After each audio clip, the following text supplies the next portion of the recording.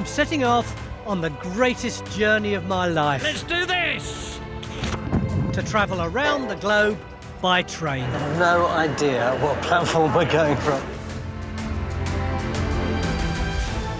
I'll be riding some of the most spectacular rail routes on Earth on the fastest, steepest and most luxurious trains, passing through some of the world's most famous places. The Eiffel Tower, Grand Central Station.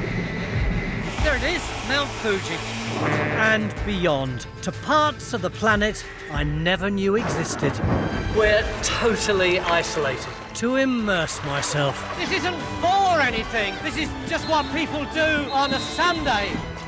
In the weird, the wild, and the wonderful. This is unlike anything I've ever done before.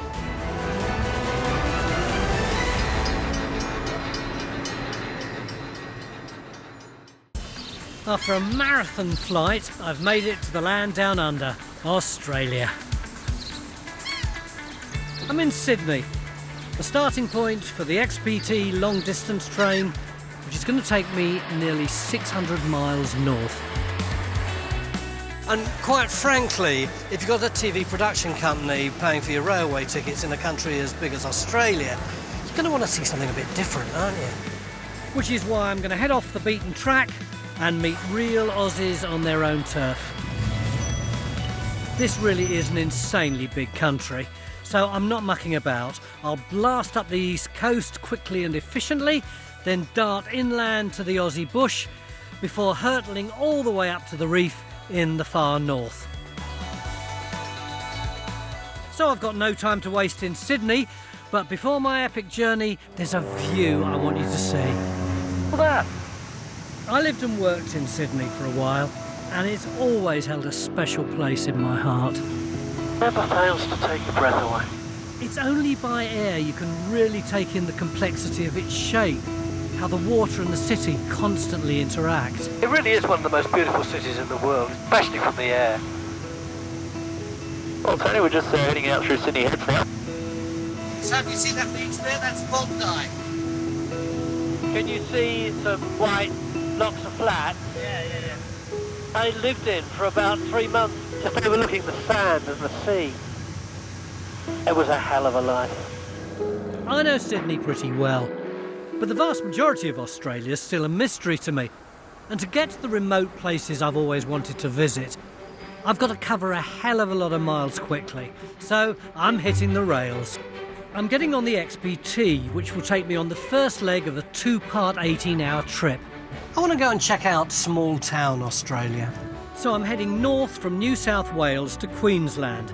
This interstate route is part of a network of 25,000 miles of tracks crisscrossing this stonkingly huge country. This North Coast line was completed in 1932 and ends up in Brisbane. But I haven't come here to see the big cities, so I'm leaping across the platform to change trains for the second leg of my journey out west. I just so love the design of these old trains. Stainless steel and all these snazzy colours. Evening. This little beauty will take me 4 hours west, or as it's known here, out bush. In the 19th century, it used to be called the Western Mail, but now it's got a snazzy modern name, the Westlander. I'm retracing the steps of the country's earliest pioneers. And I've arrived at the small town of Millmerran, at the edge of the Outback. This is the Camp Oven Festival.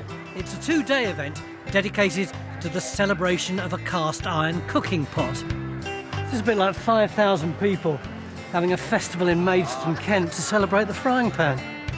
Thousands come from all over the country to pay homage to this rather humble camping accessory, and quite frankly, I'm fascinated to know why. Ned, are these... Good day. Are these camp ovens? They're the genuine camp oven. Ned Winter is a former drover who used to herd sheep across the outback and cooked with a camp oven on his long and remote journeys. He helped dream up the festival to honour this piece of Aussie rural heritage. Tell me about them historically. People in the 19th century, they would come over here from England, they would buy one or two of these in the big town and then head off into the Outback.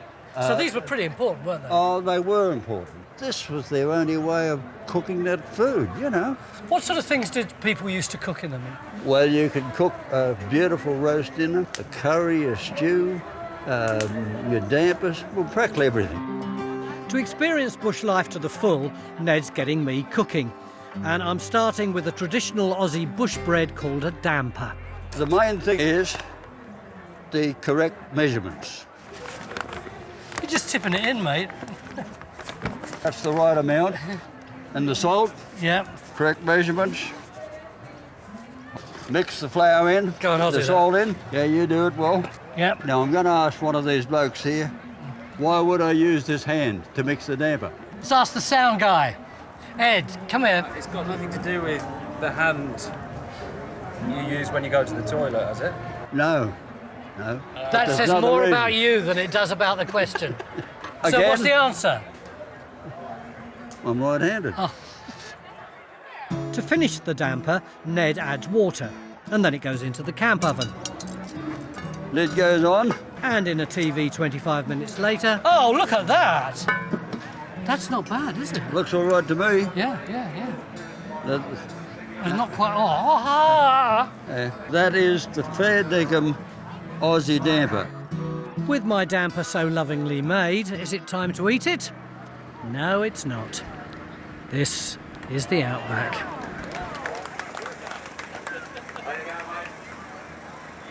For some reason, which I don't quite understand, when you've baked your damper here, you throw it as far as you can. I think if I attempt to do it, I'll be covered in humiliation. The Aussies' love of sport means they'll turn practically anything into one. All the way from London, England, with skills completely untried in this competition. How do you think you're going to go, Dave? I think I'll probably win. Mate, I love your confidence. Oh, come on and try it a little bit. Come on, that's it!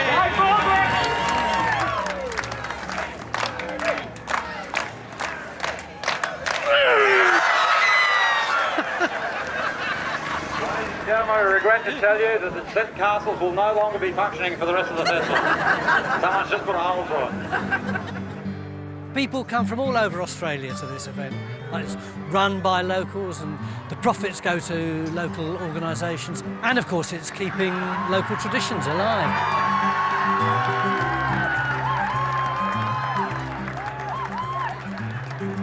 There's an integrity about it that I really like. I think one day I'll come back here. Coming up, my journey continues as I head to the back of Beyond, where I try my luck as a farmhand.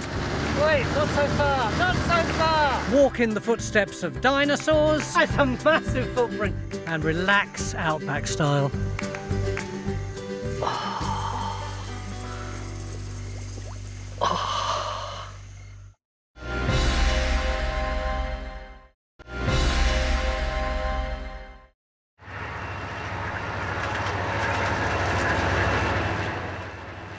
I'm on yet another train. This time, the Spirit of the Outback, which will take me on a 24-hour journey deep into the Aussie bush. I thought this would be a really rickety, old-fashioned train. It's 37 years old, but they've done it out really nicely. I love this bed, and look outside. Isn't this nice? Colours are beautiful. This sort of dusty pink here, and I suppose you call that burgundy down there, wouldn't you? But the point is, it's all curved. Normally, any train you go in, you walk down the carriage, it's dead straight, but this makes it feel like something special, like I'm at the Savoy. But unlike the Savoy, you don't need a black suit and tie to come in here. It's the Shearer's Rest. But I don't think many of you are shearers, are you? Inland train routes like the Central Western Line helped to open up the inner reaches of Australia in the 1800s. In fact, this town of Longreach I'm heading to didn't exist until the decision was made to extend the line to this point. Oh, thank you. Enjoy. Look at this. Better than a ham sandwich, isn't it? Before you destroy it, I just need a quick little close-up. The thing about crews is that they're obsessed with a close-up. Tiny bit lower down near the table, that's great. Ladies and gentlemen, I present to you a close-up of a scone. Okay. Yeah, anytime.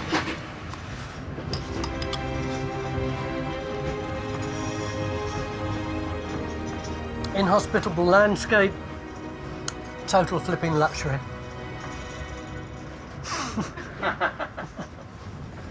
A rather considerable time later, I arrive at Longreach. But I still need to head even further out bush. Way, way out. Look at this earth. Dry as a bone. You'd think that farmers would be crazy to farm here, wouldn't you? But they've got one thing going for them. They've got a hell of a lot of space.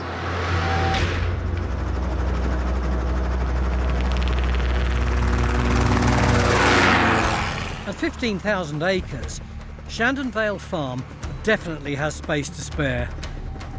And because a trip to the Outback wouldn't be complete without experiencing farm life, I'm here to get my hands dirty. Next to me is Tim, the farm's heli-pilot. The property's so vast, it used to take early settlers days to locate and move animals around. Now with helicopters, the herds can be found in hours.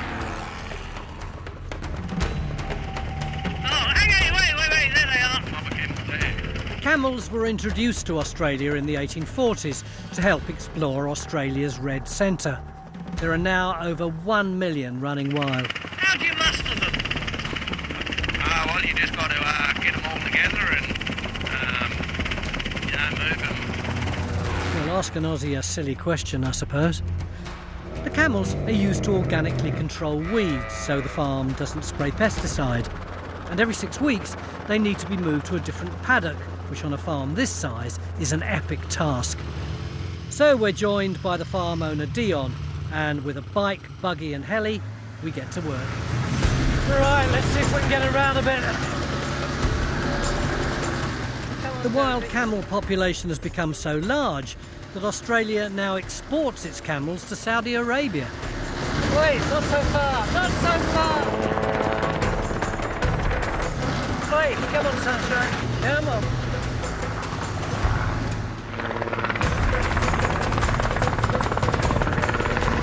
Come on. I don't like that one with a frothy face.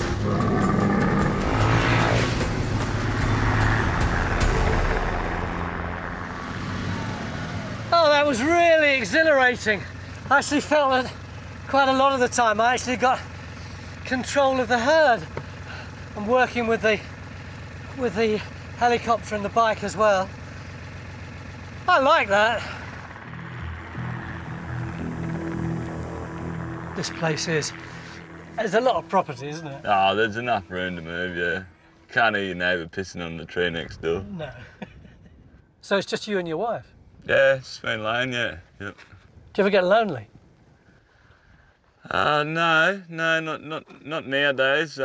Probably the first 6 or 7 years here I lived by myself, and that was, it's not really good for you when you're 17 or 18, you're living by yourself. You don't have too much bloody interaction with others. So you're all solitary. Yeah, a little bit crazy, yeah.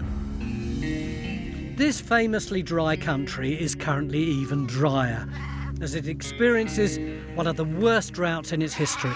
How long has this drought been going on for? We're in our 7th or 6th years. You seem very laid back about the fact that you're in the middle of a 6-year drought. You just got to learn to live with it. We destocked all our cattle and then we went into sheep, Dorper sheep, adapted to this climate. So we're sort of just running on the bare minimum. And that's what you always do when you get a drought. You contract all your stock. You need to try and keep a core so when it does rain you can take advantage of it, yeah. I'm riding out to feed the farm sheep with Dion and his wife Lane. If there's a switch to be pulled, I'll pull it. Can you reach? Shut up! So just turn that on to on? Yeah.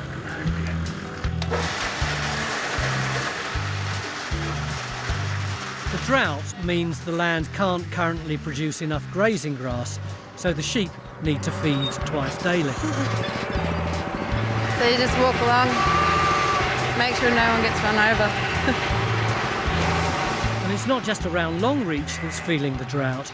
Over 58% of the state of Queensland is drought declared.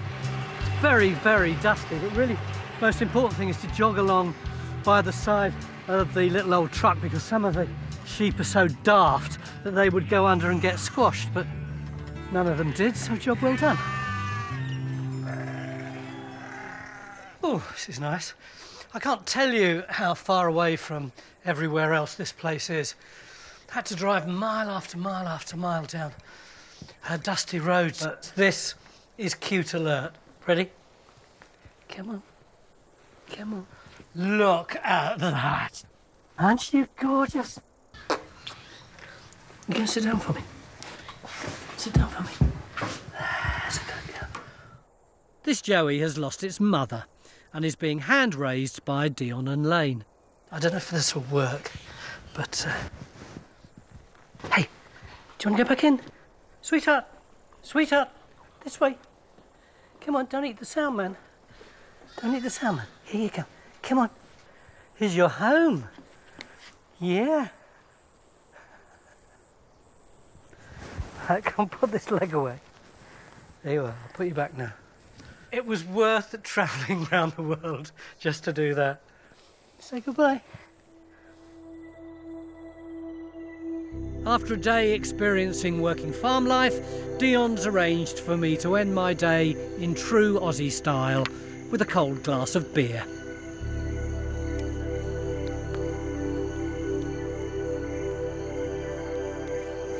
Oh.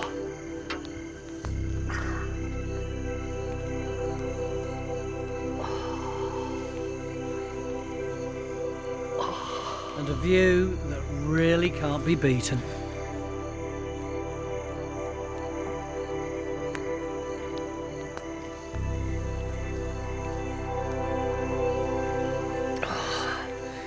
You don't get this at the London Planetarium.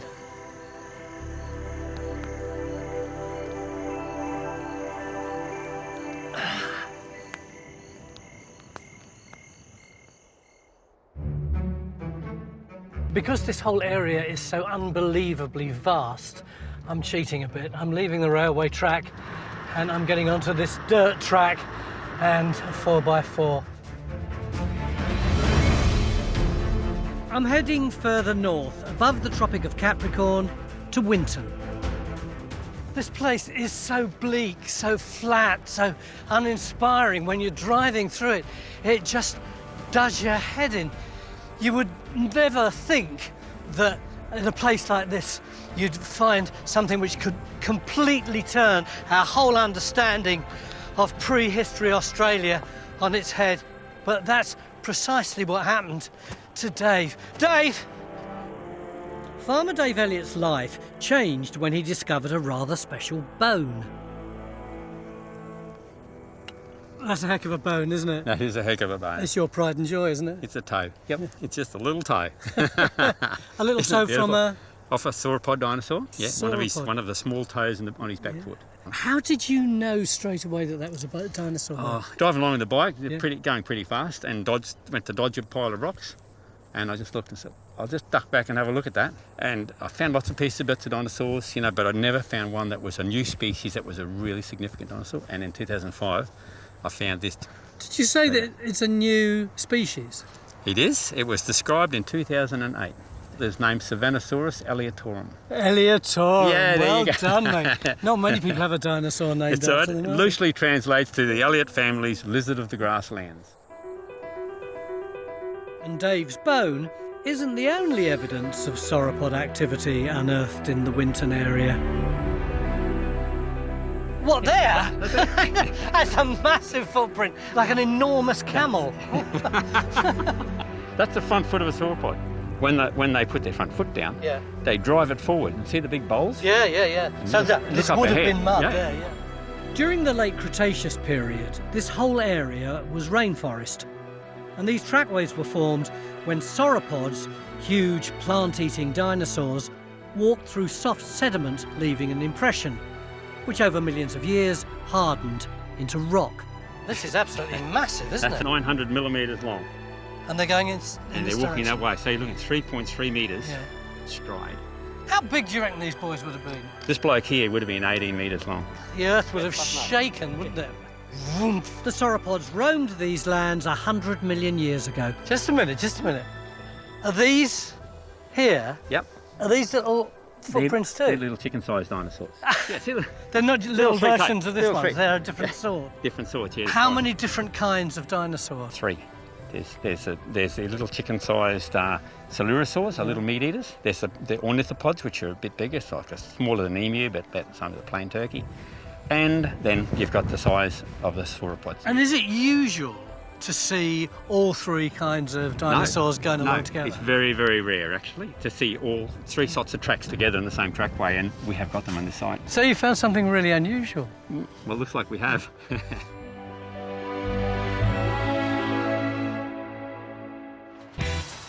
Coming up, I head to lush climes of the north and take the plunge in one of the wonders of the world, It's like something out of Apocalypse Now down there. have a brief encounter with a rather special lady, Oh, Margaret, you don't like that, do you? and I roll with the far north's answer to Crocodile Dundee.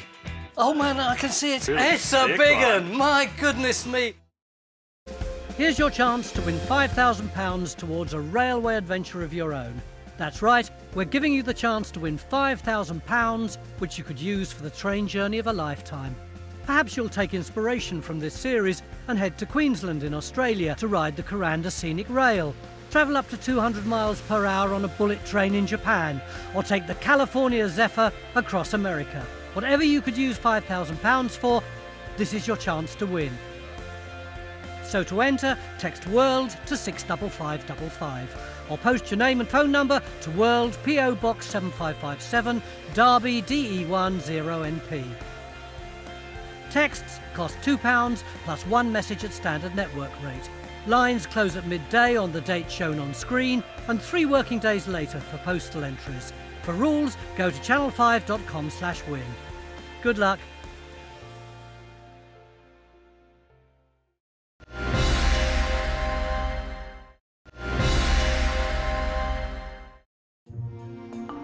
I'm continuing on my journey in Australia. My train is now making its way north up the coast of Queensland. Over 85% of Australians live within 30 miles of the country's coastline. The Spirit of Queensland runs between Brisbane and Cairns 5 times a week. This tilt train was introduced in 2013 and already has over 1.5 million miles under its belt. And after 31 hours, my train has finally arrived into Cairns in far north Queensland. Cairns is the biggest city in the far north, and it's also the gateway to the Great Barrier Reef. Over there is Fitzroy Island. It's a beautiful tropical paradise. Turquoise water, lush green forest, perfect. Except below the surface, things aren't quite what they seem. The Great Barrier Reef is the largest reef system in the world. Stretching for 1,600 miles, it's larger than the entire UK and can be seen from space. But rises in water temperatures are causing damage, and instead of the vibrant hues we're used to seeing, now parts of it look like this. That's horrible, that white coral, isn't it? It's like something out of Apocalypse Now down there. Oh, it was horrible. It was just white stuff. The corals were just melting off the rocks. Gary lives and dives here with his son Kai and has seen firsthand the changes to the reef over the years. So explain to me what I was seeing. So the piece of coral you had there was that was a dead piece of coral. That would have died in the 2017 bleaching event. What is a bleaching event? There's a little microscopic algae that lives inside the coral that gives it its colour. So during a bleaching event, the water gets too hot, the coral expels this algae and it goes a bleach white. But the chances are it will die. Though some coral will regrow naturally, the reef hasn't had time to recover. And what have you got there, Con? Oh, I got a piece of coral. Oh, what did it feel like the first time that you were snorkeling and you saw coral like this? Very, very sad. We sat on the edge of the water there crying and was very upset after seeing it, so it kind of spurred me on more. Gary's part of a group of local volunteers who are working to give the reef a helping hand to recover and regrow. They've been taking healthy coral, cutting it into smaller pieces and growing them in the nursery. It's a technique similar to taking a cutting from a plant to grow a new one. It's a delicate process and one that can only be done with a permit from the Marine Park Authority. It's fascinating. It looks like an apple tree in an orchard that's been half harvested. So there are some branches with no apples on them and others with huge apples on. It's the same here, except that it's coral. By using corals that have already survived a bleaching event, the new growths are more likely to be resilient to future bleaching, and keeping them closer to the surface, where they get more access to sunlight and nutrients, helps them grow faster. They grow maybe 7-8 times quicker because they're not fighting off algae, pests, other corals. All their energy goes into growing. So when you've got one of these little trees of coral and it looks like it's going to be okay, what do you do with it? After the 6 to 9 months, we plant them back to the reef. Once the coral is taken to the reef, it's attached to the bedrock, where it'll continue to keep growing as it would naturally. From one little piece, we'll put out thousands of corals from that one little piece. That's what we've done with a 10-tree nursery, so you can imagine what we can do with 100 trees. The reef is resilient if it has the time. But the thing now is that we don't have the time. We don't have 10 years till another bleaching event. They're talking about it maybe bleaching again this year. If it bleaches again this year while it's in this state, we're in an awful way. You know, we need to get more of these out there. What we're doing here, this isn't going to save the Great Barrier Reef, but it's making a positive contribution. These coral trees, they started apparently about that big. Well, some of them are zonking now, and you can imagine that if the whole of this area was full of these trees, you'd be producing coral that would make a significant difference. Gary and his team aren't the only ones working to preserve this natural wonder. Before I leave this tropical paradise, there's one thing I've got to do. There's an old lady who needs a little bit of help getting home. Hi, Jenny. Hi, Tony. Jenny Gilbert helped set up this turtle rehabilitation centre and has been caring for poorly turtles for almost 20 years. Yes, she is. Wow! I'm here to meet Margaret, an 80-year-old green sea turtle. Why is she here in the first place? She came in, she was suffering from a severe case of starvation. The reef's home to 6 of the world's 7 species of marine turtles, almost all of which are vulnerable or endangered. She ate marine debris. When you say marine debris, like plastics and fishing line and things like that, and it actually blocked her intestine, and then from there gas built up and then she floated to the surface. Oh, poor kid. So yeah. Poor kid. She's an old girl, Tony. Poor old lady. So she'd been floating for a long time, and unfortunately they can float up to 12 months before they die. So she was a very lucky turtle that she was found.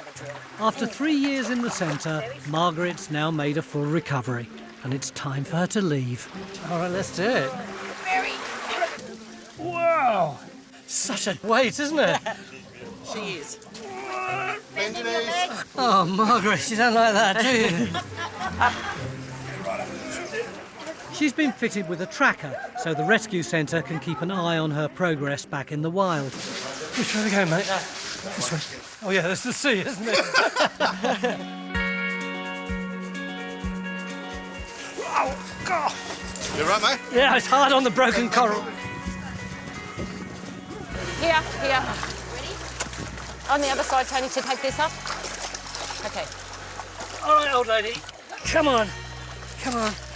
There you go, come on. Yay! There she goes.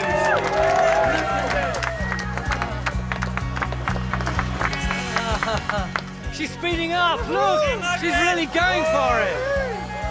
Wow! And she's already out in the blue. Oh. That's really nice. Oh, no. Yay! Hey! Bye, kiddo.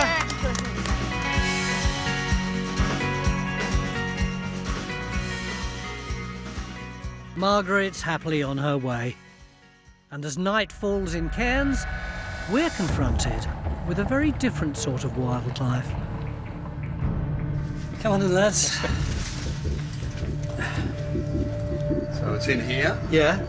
And so what happened? You just came in to look at the boat? yeah, well, I'd been fishing yesterday. I hooked the battery up to charge. Yeah. And yeah. And what? There's a bloody big snake sitting there. Local snake catcher Matt Hagan has been called out by Phil and Lisa to help with their unwelcome house guest. It might be helpful if you can be my bagman, Tony. The snake is going to go in here.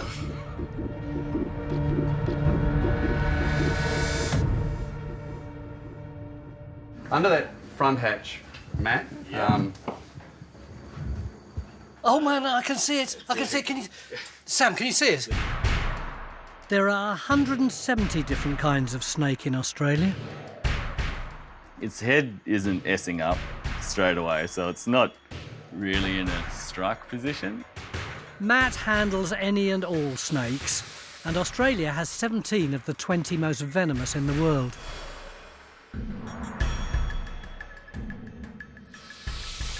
Oh, it is. It's a really. It's a big one. My goodness me. Pretty though. It's not so pretty from here.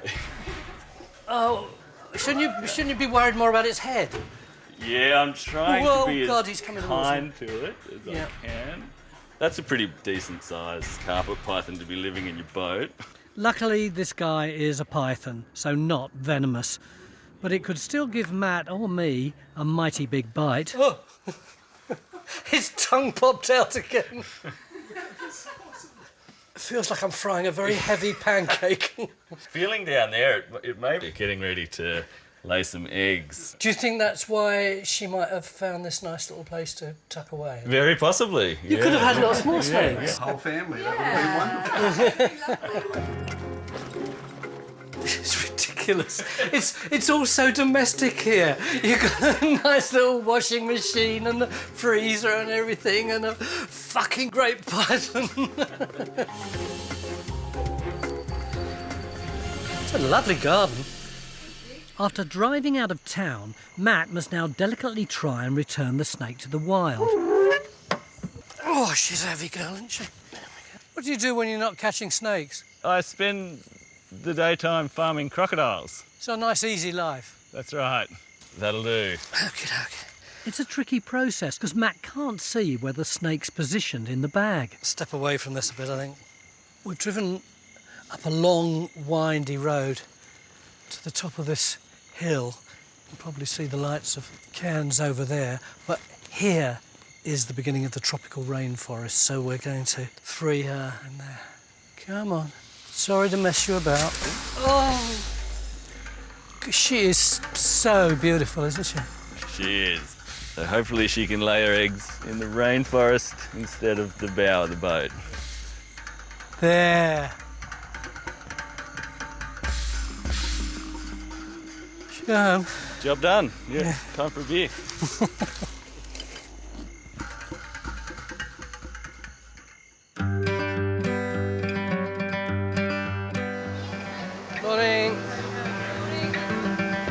Carrying on my travels by heading north into the mountains on the Kuranda Scenic Railway.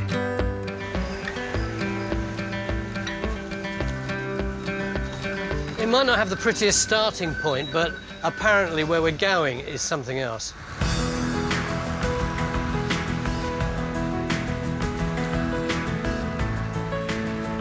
I love the way this carriage is made. It's about 80 years old.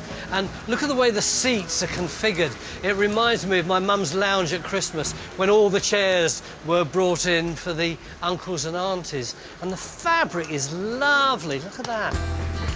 The Kuranda railway line was originally built to transport supplies to the mines in the Appleton tablelands. And the trains would return to the ports in Cairns laden with tin.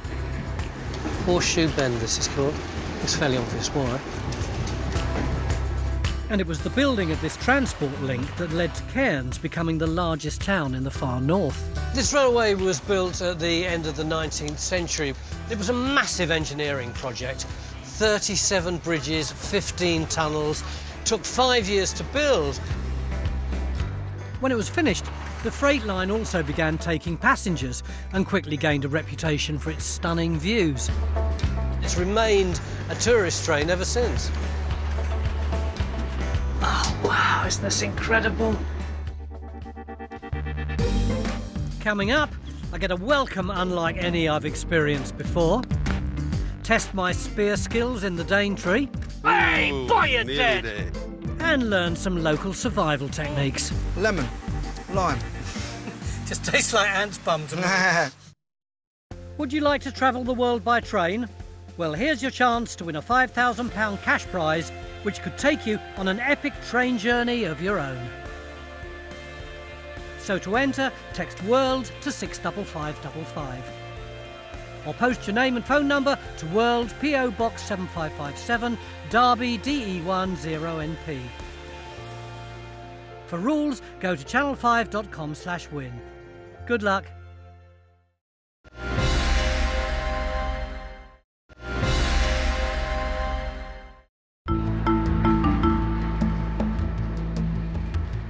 My travels in Australia have brought me to the far north of Queensland.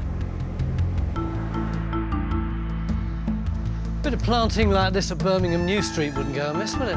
Kuranda is in the heart of rainforest country, and I want to find out more about these natural wonders, so I'm heading to one of the world's most spectacular.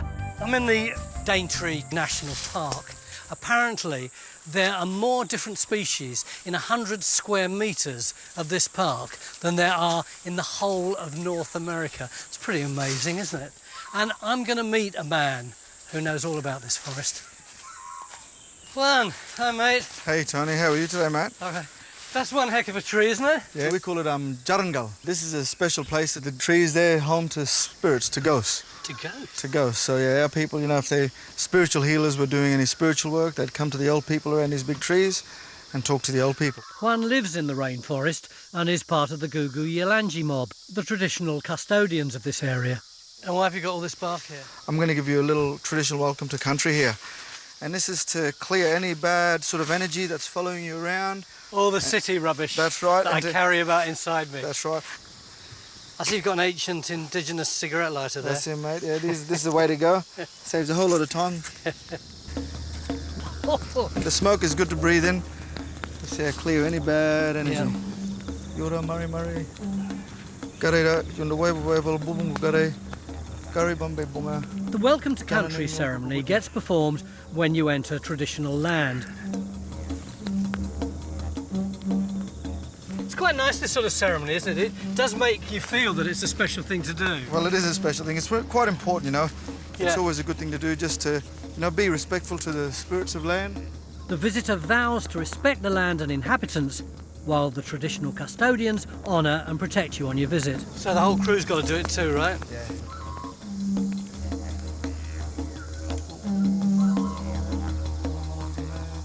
Get the director in as well. He needs quite a lot. He's the biggest by far. Juan wants other people to learn about indigenous culture, so he educates visitors about the flora and fauna and history of the region. So at the base of the tree down here, Tony, if you have a look, you'll see these little red bulbs. If you give these little bulbs a squeeze, you'll get this gel coming out. And that gel is really good for mozzie bites. And it'll take the itching and the swelling out. Oh, yeah, it really is sticky, isn't it? It's like something you'd squeeze out of a tube. Yeah. We're part of this country. We don't own it. We don't believe we are rulers of it. We're part of it. What's your tribe, your mob? Whatever? Our mob here, we call ourselves the Gugu Yilanji. And how many of you live around here? Around 200 to 300 people. Presumably you got hammered by us lot when we arrived. Yeah. Before European arrival, the local area here, you would have been close to 1,000 people. And when settlers came, they wanted the resources, and we tried to resist, but we didn't stand a chance with guns. So many of our people were massacred in different areas in the area. You know, Aboriginals have been around for 70,000 years or more. When did you get the right to vote? 1967. It's mad, isn't it? And the Europeans, they tried wiping us out, but they didn't do a good enough job. I'm very glad.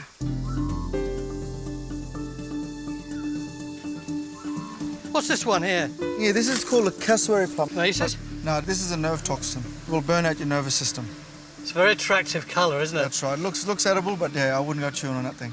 Great, so even the plums can kill you here. Look. This is a green ant's nest. Oh, they're starting to come out here. Do they sting you? They bite, but like a mosquito bite, nothing serious. But if they bite you... Did you eat it? Bite them back. There you go. Oh, yeah. Oh, you little...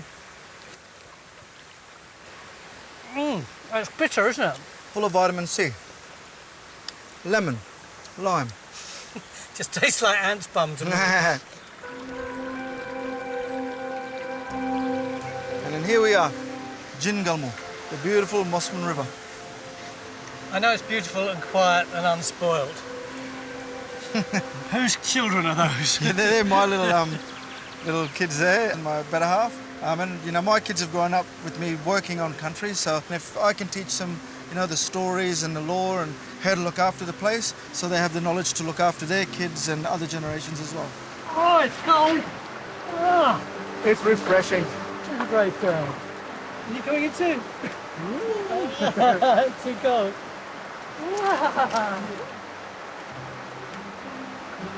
While I'm here in the rainforest, I want to know more about the different aspects of traditional life in the Daintree. Lincoln is Juan's brother, and he's agreed to show me another part of life here.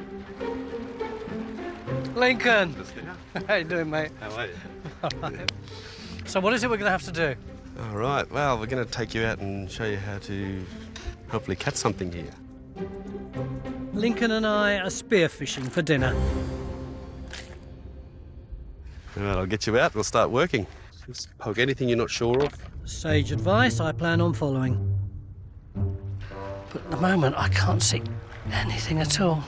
If I ever get the chance. I thought I saw the flash of something then. You got anything yet, mate? Nothing yet. I'm glad we're not running a fish and chip shop. The queue would be out there. Trouble is, I've got this great camera crew right in front of me, stirring up all the mud. The waters around the Daintree are filled with 1,500 types of fish, allegedly. There's probably no other bit of water on the entire planet that has less fish in it. Here we go, crab. Oh, there he goes, he's on the run. Yay! Oh, you got something for the day. Right. Well, I wouldn't say it was a total victory. And I think we've probably been out about an hour and a half, haven't we? Yeah, about But I've got one swimmer crab. Something to eat, yeah, share with the family. So. I hope there's a large salad. Yeah. Crocodiles will be here soon, so we better head back. You're not winding me up? No, they come fishing at night now. Yeah. Shall we go? I'll take you back.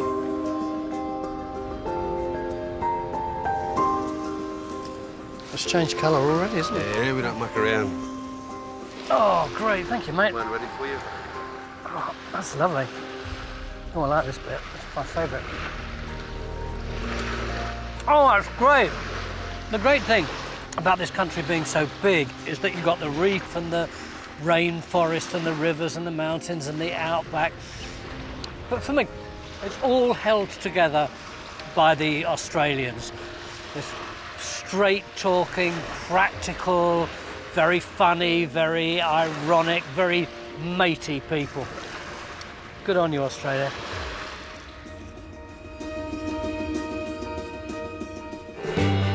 Next time, I continue my railway adventure in Japan, home of the famous bullet train. That's so cool. From Tokyo's neon nightlife... It's gone freaking zilla! ...to cute characters... It's like a really bad first date. I get submerged in Japanese culture. The only thing I'm nervous about is sometimes I really want to scratch my face. And have a stab at being a samurai. Obi-Wan Kenobi! Fire devastates the capital, but a new super city rises from the ashes. London 2,000 Years of History continues tomorrow night at 9:15. Deemed to be different but united in being unique. For the next 3 nights, we're in the House of Extraordinary People. That's next, after the break.